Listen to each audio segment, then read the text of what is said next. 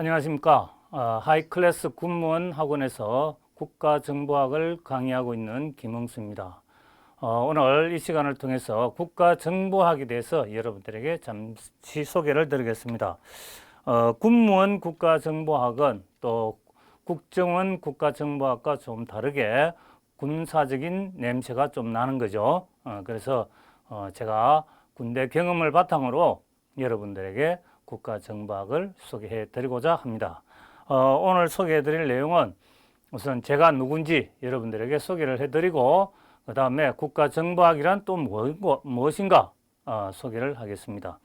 그 다음에는 국가정보학의 내용은 어떤 것들이 있으며 이러한 국가정보학을 어떤 방법으로 공부를 해야 되는지 여기에 대해서도 소개를 해드리고, 그러면 왜 하필이면 하이클래스 군무원 학원에서 국가정보학을 배우라고 하는지 제가 그 이유를 말씀드리겠습니다. 자, 저는 이런 사람입니다. 지금 현재 하이클래스 군무원 국가정보학 전 교수로서 활동하고 있고, 과거에 해병대 사령부나 합참정보본부에서 정보 분야에서 근무를 한 적이 있습니다. 그리고 또 우리나라에서 그래도 군사 분야의 정보라면은 육군 전략정보 과정이 그야말로 핵심 과정입니다. 이 과정을 통해서 정보에 대한 완전한 것을 이해하고 나올 수 있습니다. 저는 이 정도만 소개해드리고 그 다음에 국가정보학에 대해서 한번 알아보겠습니다.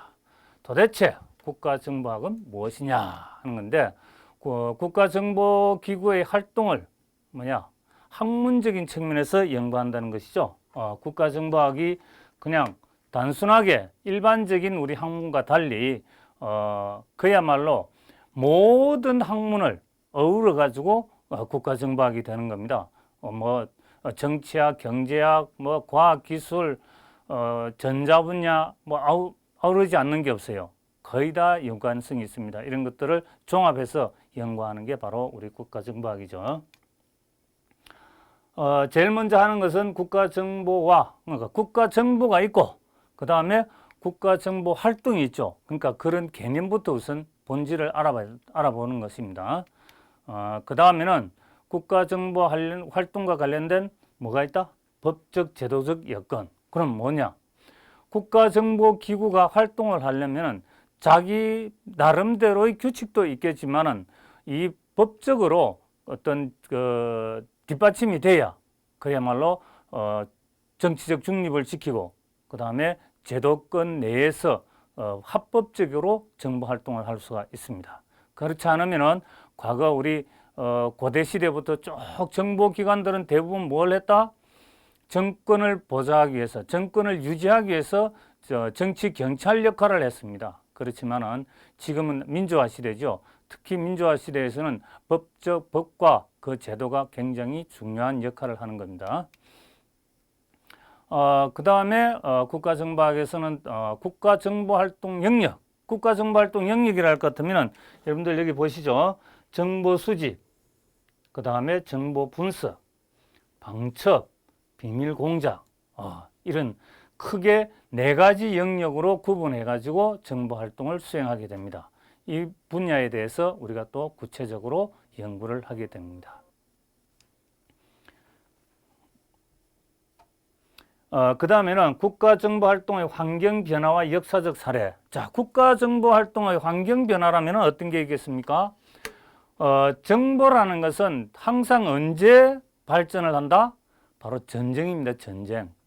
전쟁이 일어나면 정보는 또 한 단계 올라가는 겁니다. 정보가. 그래서 제일 먼저 1차 세계대전, 그 다음에 2차 세계대전, 우리 한국전, 월남전, 이러한 그 전쟁 속에서 변화가 되었고 또 뭡니까? 이념이 있었죠. 냉전과 냉전 후가 있죠. 그러니까 냉전 같으면은 공산주의와 민주주의 이 상반된 이념 속에서 자기들의 그 이념을 보호하고 상대방 이념이 침투하지 못하도록 하는데, 여기에 누가 역할을 했다? 국가정보기구들이 역할을 했다는 겁니다. 하지만은 냉전이 종식되고 나니까 뭡니까? 그런 국가정보기구들이 과거에는 정치, 상대방의 정치, 군사적인 분야에 주로 활동을 했었는데 그게 끝나고 나니까 뭡니까? 없어지죠. 없어지니까 뭘 합니까? 또다시 이제 살 길을 찾아야 되니까 경제 정보 수집 활동을 시작하는 겁니다. 그래서 그만큼 냉전 때와 냉전 이후에 환경이 많이 변화됐다 이렇게 되어 있죠. 그리고 역사적 사례라는 것은 모든 것이 그렇습니다. 역사는 반복된다고 이야기도 하고 있지만은 역사 속에서 배우는 것들이 많이 있죠. 그래서 과거의 정보기구들이 활동을 하면서 실패한 분야도 있고 성공한 분야도 있어요. 그러니까 우리가 그런 부분들을 연구를 해서 우리에게 좋은 것은 받아들이고 또 나쁜 것은 우리 악습 같은 것은 우리가 하지 않도록 할 수가 있겠죠. 그래서 필요합니다. 역사적 사례를 우리가 공부하게 됩니다.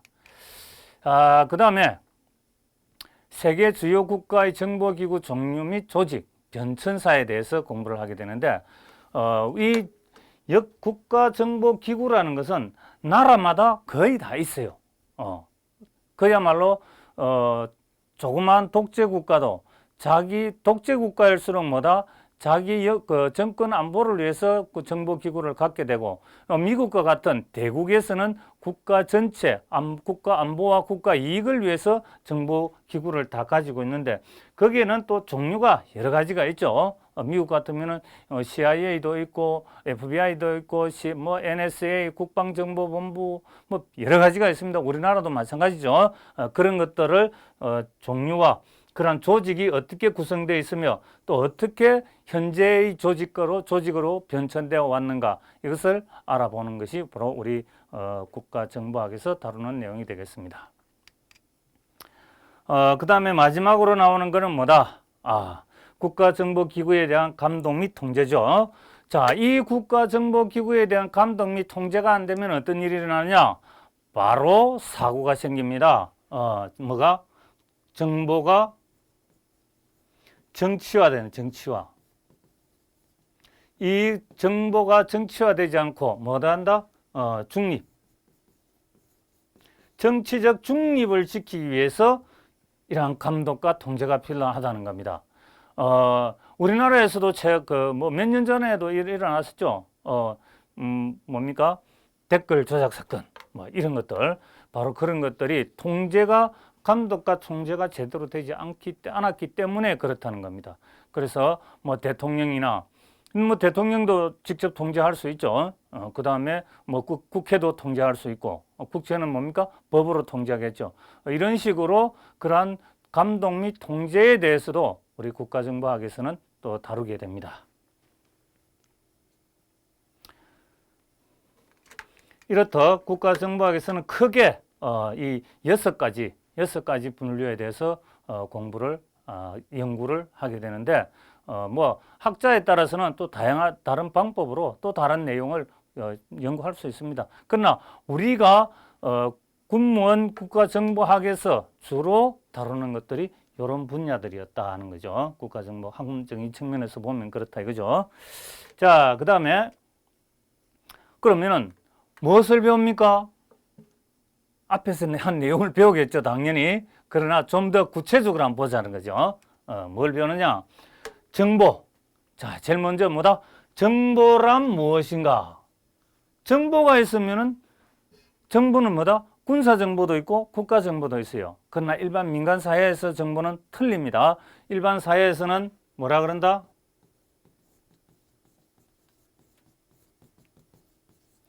인포메이션이라고 그러죠. 일반 사회에서는. 근데 우리는 뭐라 그런다?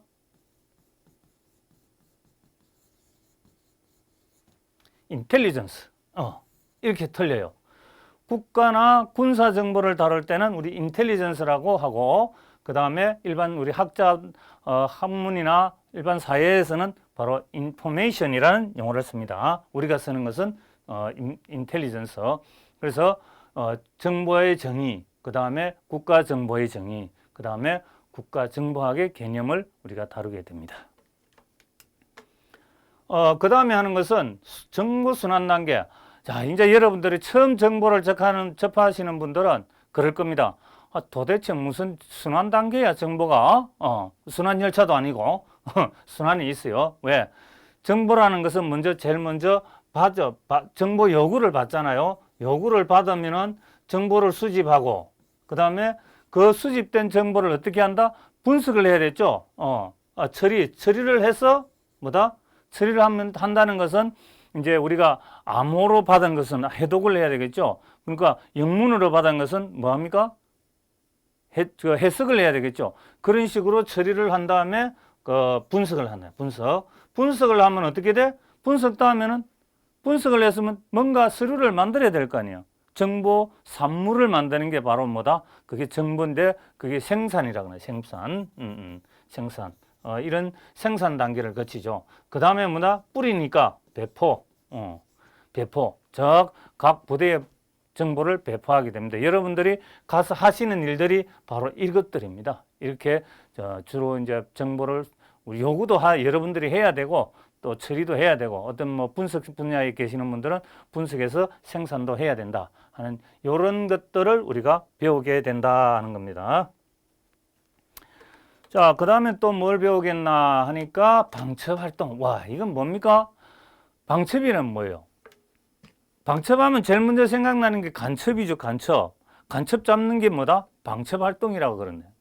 방첩이라는 것은 우리가 좀 더 공세적으로 생각하면은 이 방첩이라는 게 용어를 쓰고, 그럼 또 수세적, 즉 방어적인 차원에서 생각할 때는 우리는 보안이라는 용어를 사용합니다. 그러니까 보안은 그냥 막는 거고 방첩은 찾아서 잡아오는 거죠. 그렇게 방첩 활동이죠. 간첩 잡아오는 게 방첩 활동입니다. 한마디로. 그 대신 또 우리도 상대방의 그 정보 기구들이 우리나라에서 와서 정보를 획득하기 위해서, 수집하기 위해서 어떤 행동을 하는지 알아봐야 되겠죠. 그리고 어떤 기구들이 그런 활동을 하는지를 찾아봐야 됩니다. 그러니까 정보도 수집해야 되겠죠. 이렇게 방첩 활동에 대해서도 우리가 알아보게 됩니다. 이제 보안은 주로 이제 우리 보안 업무 규정이라는 게 있는데 주로 비밀 위주로 다루게 됩니다. 자, 그 다음에 배우는 것이 비밀 공작. 비밀 공작. 비밀 공작이라면은 말 그대로 비밀이죠. 공작. 모의를 해서 뭔가를 내 목적을 달성하는 것이죠. 그래서 국가정보기구의 임무 중에 하나가 비밀 공작이 있는데, 최근에 일어나고 있는 비밀 공작으로는 우리가 언론에서 간혹 보지만은 암살이에요, 암살. 사실은 이 암살 하나는 그야말로 극히 일부분입니다. 우리가 말하는 비밀 공작은. 비밀 공작에는 선전 공작, 정치 공작, 기만 공작, 경제 공작, 준군사 공작 다양하게 있습니다. 그래서 그런 것들을 우리가 배우게 된다는 거죠. 자, 그 다음에 배우는 게, 정말 겁난다, 그죠? 왜 또 테러까지 배워? 테러와의 범죄. 테러와의 범죄는 직접 이 테러범을 잡고, 테러범을 또 국제 범죄자들을 잡는 것이 아니고, 여기에 대한 정보 수집.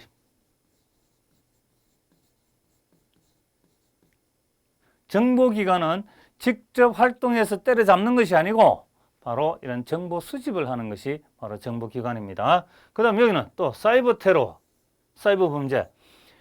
일반 테러와 일반 범죄가 있다면은 요새는 뭐가 생겼다? 사이버가 생겨요. 사이버 속에서, 사이버 공간, 사이버 공간에서 이 범죄가 일어나고 테러가 일어나죠. 여기도 마찬가지로 정보 수집, 그 다음에 경고, 이런 것도 하죠. 사이버 같은 경우는 우리 국가정보원이 전반적으로 우리나라 사이버를 책임지고 있습니다. 그래서 경고까지 담당을 하게 됩니다. 그러니까 국가정보학이 굉장히 범위가 넓다는 걸 아시죠? 아직 반도 안 왔어요. 근데 자, 그 다음에 사이버전. 본래 사이버전은 다른 나라에서는 정보로 취급을 안 하죠, 그죠? 다른 나라 뭐 해봐야 뭐 미국밖에 돼 있습니까? 미국은 정보 사이버 사령부가 전에는 전략사령부 밑에 있다가 어디로 들어왔다? 국방부 장관 밑으로 직속으로 들어왔어요. 통합군 사령부로. 그러다 보니까 하나의 큰 전투 부대가 돼 버렸어요. 사이버 공간에서 전투를 수행하는 하나의 부대가 돼 가지고 정보 기구로 취급을 안 하는데 우리 한국 국가정보학에서는 취급하고 있다. 왜? 이유는 있죠. 지금은 우리 사이버작전사령부도 어디로 가 있다? 이제 합참의장의 지휘 통제를 받게 되죠. 그러니까 하나의 사이버 공간을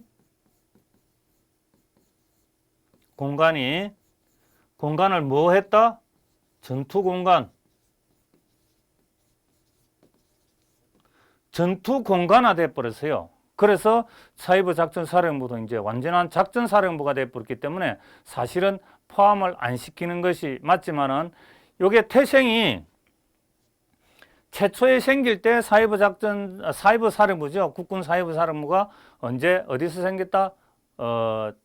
국방정보본부에 생겼어요. 처음에 시작할 때. 그래서 사이버전을 포함을 시켰는데 최근 몇 년 사이에 사이버전이 어디까지 번졌다? 사이버 전자전으로 변화되고 있다는 거죠. 지금은 미국에서나 우리나라에서도 거의 개념 발전이 다 됐습니다. 그래서 이런 사이버전에 대해서도 우리가 다루게 된다 하는 겁니다.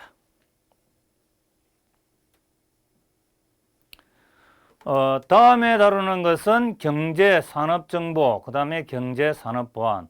뭐가 이렇게 복잡한지 모르죠. 그러나 경제라는 것은 우리나라 정책, 거시적인 분야를 말하는 것이고 산업이라는 것은 일반 우리가 말하는 인더스트리, 그야말로 산업 현장에서 일어나는 일들이죠. 그러니까 이거는 미시적이고 경제는 거시적이고 그 다음에 이거는 미시적이다. 이렇게 보겠죠.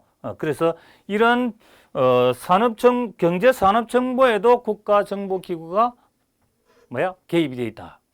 과거에 2차 냉전 시기에는 전부 거의 대부분이 그 정치와 군사 분야의 국가정보기구의 노력이 투입이 됐지만은 그 이후에 냉전 이후에는 이런 경제 산업 정보를 수집하고 그 다음에 경제 산업 보완을 하는데 투입이 된다. 왜? 살아남기 위해서. 그래야 국가정보기구도 살아남죠. 할 일이 없잖아. 처음에 국가정보학이 이제 늦게 발전이 되는데 그 이유 중에 하나가 뭐냐면은 냉전이 끝나고 나니까 일반 국민들이 뭐라고 그랬어요? 야, 저 지긋지긋한 국가정보기구 이제 일 그만두겠지. 사람들 뒷조사나 하고 이런 생각을 한 거야. 왜? 간첩들이 하도 많으니까 일반 민간인들도 막 조사하고 이렇게 할 수밖에 없었다는 거예요. 그 당시에는 간첩들이 많으니까. 그래서 그 일을 안 하니까 이제 없어질 것이라고 생각을 했죠. 그러니까 국가정보기구가 축소가 되든지. 그러나 우리나라는 뭡니까? 우리나라는 냉전이 계속되고 있다는 게 중요한 거죠. 우리나라는 함부로 냉전 종식이라는 말을 쓰면 안 됩니다. 우리나라는 아직도 대치하고 있기 때문에 그리고 서로 총구를 맞대고 있기 때문에 대립 상태에 있습니다. 그래서 군사 정보가 그만큼 중요하죠. 미국 역시 마찬가지입니다. 애초에 이제 국민들이 볼 때는 미국이 냉전 종식됐으니까 정보 CIA도 힘이 없어지겠지라고 생각했죠. 그래서 한때는 CIA에 있는 그 분석 기구들 중에 일부를 또 다른 데로 다른 부서로 옮기고 해서 CIA가 한때는 축소가 많이 됐습니다. 그런데 지금은 또 다 원복돼 가지고 CIA가 막강한 힘을 가지고 있죠. 그래서 우리가 이런 경제 산업에 대해서도 산업 정보에 대해서도 다루게 된다 하는 겁니다. 그 다음에는 세계 각국의 국가 정보 기구. 아까 말씀드렸죠. 우리가 각 세계에 나라마다 다 있지만 우리가 특히 우리나라 정보가 어디를 바탕으로 시작이 됐습니까? 역시 미국이죠. 지금도 미국 정보 기구의 수집 기구가 없으면 우리 최근에도 우리나라 상공이 많이 날아오고 있죠. 항공기들이. 그 다음에 또 유투기라는 것도 들어보셨죠? 바로 그런 것들이 어디서 나온다? 미국 정보기구에서 나오는 것이죠.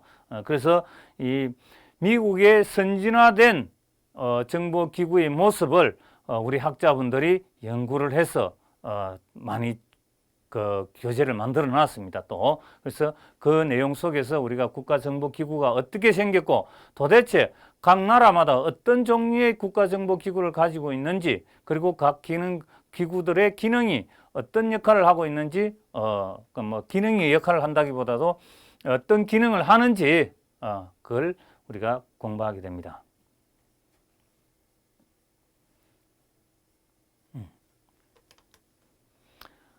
그 다음에는 정보기구의 통제와 혁신. 앞에서 말씀드렸지만은 감독과 통제 기능이 약화되면은 국가정보기구가 그 활동이 변질이 된다 그랬죠. 정치적 중립을 지키지 않고 정권의 하수인이 되어버리면 골치가 아픕니다. 그래서 그러면은 어떻게 하느냐? 미국과 우리나라 그리고 또 영국 이런 각국에서 정보기구를 어떻게 통제하는지 여기에 대해서도 알아보고, 또 앞으로 이러한 국가정보기구들이 어떻게 혁신을 해서 발전을 해야 되는지에 대해서도 우리가 알아보게 됩니다. 이렇게 참 복잡하죠, 그렇죠?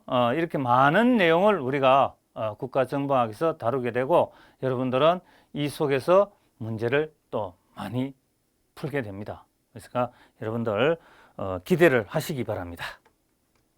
재미있습니다. 국가정보학은 하여튼 재미있습니다. 왜 하느냐 물어보면 재미있어서 합니다. 이런 분들이 진짜 많아요. 실제 해보니까 누구랑 하니까? 나랑 하니까. 자, 국가정보학은 그러면 어떻게 공부해야 되느냐? 사실 공부를 하는 거 이렇게 여러분들 공부하시는 모습들 이래 보면은 그렇습니다. 여기 나무가 이래 있잖아요. 그러면은 이렇게 조물조물 기어와가지고 이렇게 막 파고 들어가, 이렇게. 이 나무까지 파고들고, 이 나무까지도 파고들고, 막 이렇게. 그러니까 나중에는 내가 어디 있는지 몰라. 어디쯤 공부하고 있는지 몰라. 와, 그렇죠? 그래서 그렇게 막 파고들 게 아니라, 뭐고?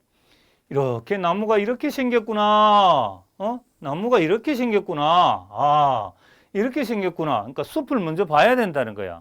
그 다음에 이 숲을 이루는 것들의 골격이 뭐냐? 이 줄기도 있고, 이 가지도 있고, 이 가지도 있고, 이 가지는 봄가지네. 진짜 중요한 부분인가 보다, 이거는. 그렇죠? 그 다음에 또 이런 가지도 있고, 이런 가지가 있다. 그런 가지들 보니까 가지 속에 세부 사항들이 이렇게 붙어 있네. 이런 식으로 붙어 있네. 이렇게 공부를 해야 돼. 그래야 전체적인 건 여기인데, 여기서 가지 하나 찾고, 한 가지 찾고, 또 한 가지 찾고, 이렇게 가지를 다 찾아내면은, 나무는 이렇게 구성되어 있구나. 그래서 나무가 살아있구나 하는 것을 알 수가 있죠. 그래서 이 바탕이 뭐냐? 바로 이 뿌리가 되는 건 뭐냐? 여기도 알게 되겠죠. 이런 식으로 공부를 해야 공부가 쉽다. 쉽다는 것뿐만 아니라 뭐다? 재미있다. 이렇게 할 수 있어요. 그 다음에 기본 교재부터 완전히 숙지하라. 자, 언제 몇 년 전에 제가 기사를 봤는데, 신문 기사를 봤는데, 고등학생이 뭐다? 국가 공무원 시험에 합격을 했어요. 국어 공무원 시험에 합격했어요. 고등학생이. 어떻게? 기본 교재를, 자기가 산 교재를 10번인가 20번인가 이 정도로 많이 읽었더라고요. 거의 외울 정도로 기본 교재를 다 외우고 나니까 그냥 쉽더라는 거야, 문제가. 우리도 마찬가지야. 기본 교재라는 말을 왜 썼느냐? 시중에 나와 있는 국가정보학 교재가요, 20종류가 넘습니다. 그러니 이 20종류가 넘는 거를 언제 우리가 공부 다 합니까? 이것저것 하다 보면은 그야말로 진작 내가 알아야 될 내용은 다 못 찾아보죠. 그래서 기본 교재에는 뭐냐면은 틀이 다 있다, 틀. 틀이 잡혀 있기 때문에 거의 모든 내용을 다 다룹니다. 다루지만은 이제 이 20가지 교재 내용을 다 다룰 수는 없다는 거죠. 그래서 우리가 이 20가지 교재를 교재를 다 못하기 때문에 일단 기본을 틀을 완전히 잡아 놓으면은 그 다음에는 하나씩 다른 교재에는 이 부분은 어떻게 되어 있을까 하고 찾아볼 수도 있어요. 하지만 이 기본 교재도 안 하고 다른 교재들 많이 나와 있으니까 뭐 어떤 사람들은 이제 A라는 서적에서 뭐 몇 년도에 출제됐다, B에서도 출제됐다, C에 출제됐다 이러니까 다 사가지고 집에 갖다 놓고 제대로 보지도 못하고 시험 날짜를 맞이하는 경우가 많습니다. 그야말로 황당한 경우죠. 그럽니다. 결론은 뻔하죠. 작년에 작년이면 그러니까 2020년도에 한 그 주부가 계셨는데 나중에 이제 뭐 따지면은 제가 밝혀드릴 수도 있어요. 지금 7급으로 근무하고 계십니다. 주부였는데 40대 주부였는데 저한테 시험 치고 전화가 왔어요. 한 번도 본 적도 없고 그냥 단순히 그 어디냐고 물어보니까 나는 어디에서 무슨 가게를 하면서 6개월 동안 선생님의 인강만 가지고 딱 6개월 동안 인강만 보고 시험을 쳤는데 80점을 훌쩍 넘어가지고 합격을 했습니다. 너무 감사해서 전화 드렸습니다. 했어요. 그게 뭐냐? 이 말이에요. 이 말. 기본 교재. 이거 하나 가지고 했다는 거예요. 근데 사실 지금 여러분들이 공부를 하면서 이 Q&A 들어오는 거 보면은 이 기본 교재도 공부 안 한 상태에서 자꾸 남의 것만 쳐다보고 있더라는 거야. 안 되죠. 일단 기본 교재. 그분이 그래서 6개월 만에 80점 이상을 획득해서 그 군무원 7급에 그것도 합격을 해서 저한테 연락이 왔습니다. 근데 한번 뭐 같이 식사하자고 연락 왔는데 뻥이었나? 안 오네. 뭐 언젠가는 나중에 훌륭한 분이 돼서 오겠죠. 자, 다음에 여는 또 이상한 소리 한마디 써놨어. 국가정보학 무슨 기출문제? 없죠? 왜? 공개를 안 했는데 기출문제가 나올 수가 있습니까? 시중에 나와 있는 기출문제, 시중, 기출, 유형이라고 할 수 있어요. 유형. 이렇게 제목을 달 수 있지만은 기출문제는 그 문제가 하나도 글자가 틀림없이 공개가 된 상태에서 나와야 그게 기출문제라는 것이에요. 그런데 우리 수험생들이 한마디 듣고 보고 온 걸 가지고 조립해 가지고 기출문제라고 턱 내놓으면 어떻게 됩니까? 아니죠. 기출문제라는 것은 제 개념은 그렇습니다. 다른 분들은 어떻게 생각할지 모르지만 기출문제라는 것은 공개된 문제만을 이야기할 수가 있어요. 공개되지 않은 문제를 기출문제라면 거짓말 될 수 있잖아. 그러면 안 되죠. 그래서 기출문제에 너무 의존하지 말고 여기 있는 이 강사가 왜 이유도 없이 이런 기본 교재를 가지고 강의하겠습니까? 다 이유가 있죠. 그만큼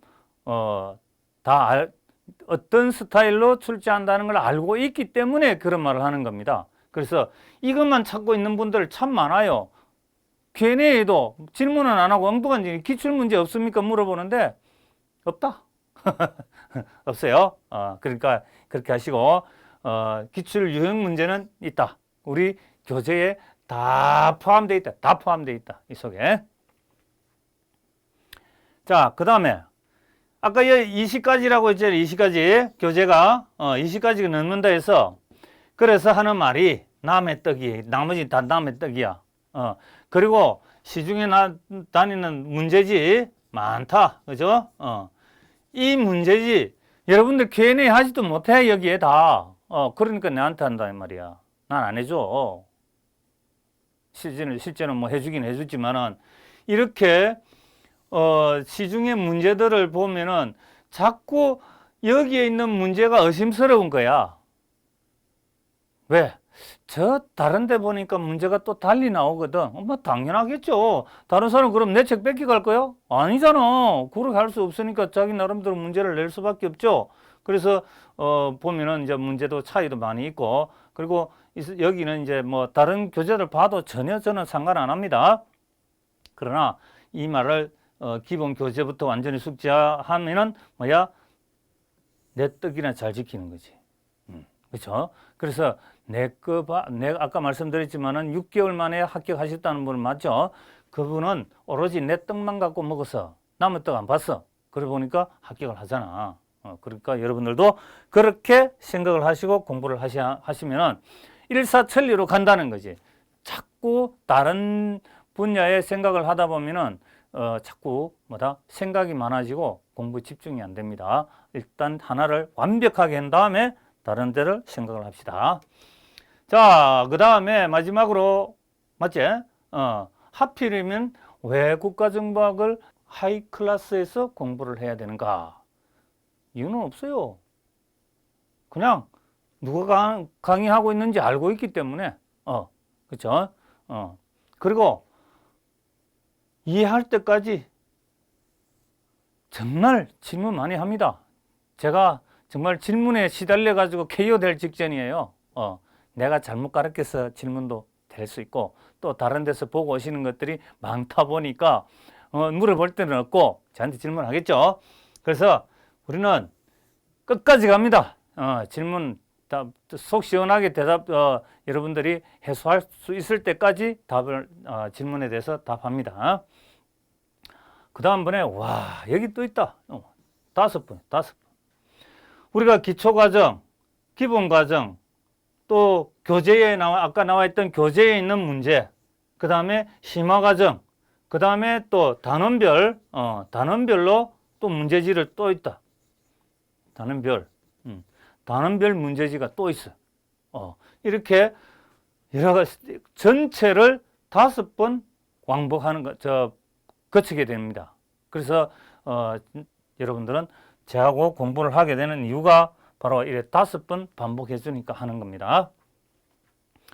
그 다음에 마지막으로 참 지겹다. 지겹도록 문제를 풀어. 그래서 문제 하면은 그냥 어떤 문제도 갖다 대놔도 이제는 다 해결할 수 있다. 국가정보학 문제는요, 그렇죠.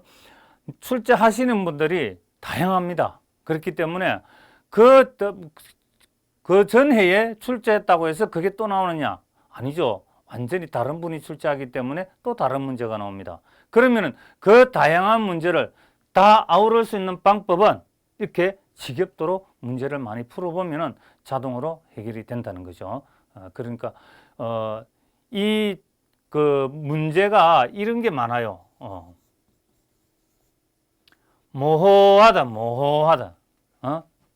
확실하게 답을 안 주고 애매하게 유사한 것 중에서 답을 골라라 그런다고요. 그러니까 시간 많이 걸립니다. 어떤 때는. 그래서 그런 것들을 해결하는 방법을 또 우리가 배우게 되죠. 그렇습니다. 자, 여기까지 해서 제가 말씀드릴 거는 다 드린 것 같습니다. 그래서 여러분들에게 해드릴 수 있는 건 그렇습니다. 오로지 수강생 여러분의 합격을 위하여 최선을 다하겠습니다. 이상입니다. 여러분들 또 새로 시작되는 군무원 시험 준비 시작함에 있어서 우리 하클에서 오로지 수강생 여러분들의 합격을 위하여 최선을 다할 것을 약속드립니다. 오늘 끝까지 들어주셔서 대단히 감사합니다.